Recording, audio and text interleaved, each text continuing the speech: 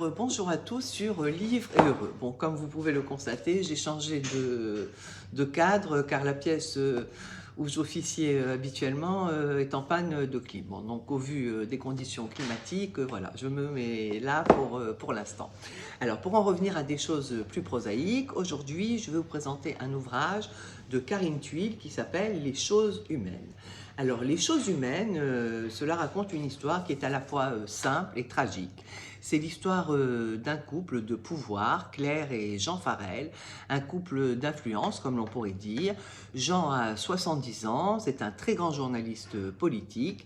Il est complètement obsédé par la peur de vieillir et la farouche volonté de rester à l'antenne.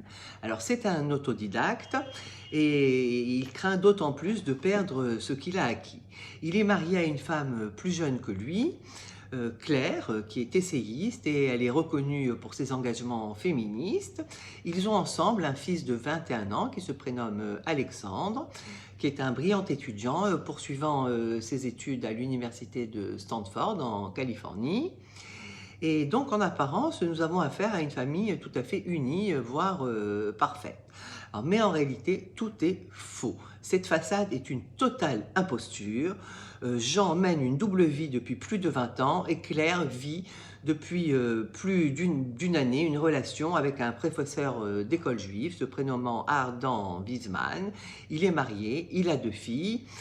Et quand le livre s'ouvre, Claire et Adam vivent déjà sous le même toit avec la fille de celui-ci, donc Mila. Et un soir, le destin va basculer.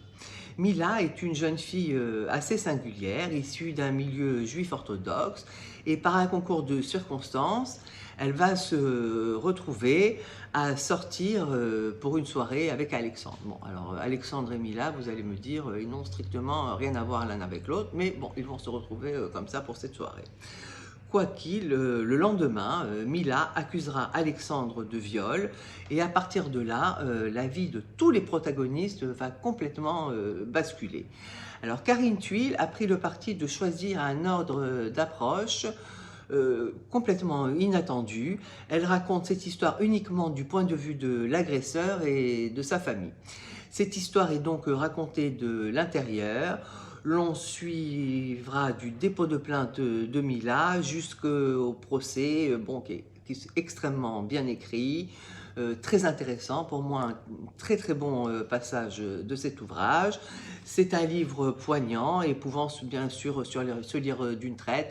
Bon, ceci dit, comme la plupart des livres de Karine Thuil, qui a une écriture très fluide et très agréable. Voilà, donc Les choses humaines de Karine Thuil, que je ne peux que vous recommander. Je vous souhaite une très jolie lecture et je vous dis à bientôt sur Livre et Heureux.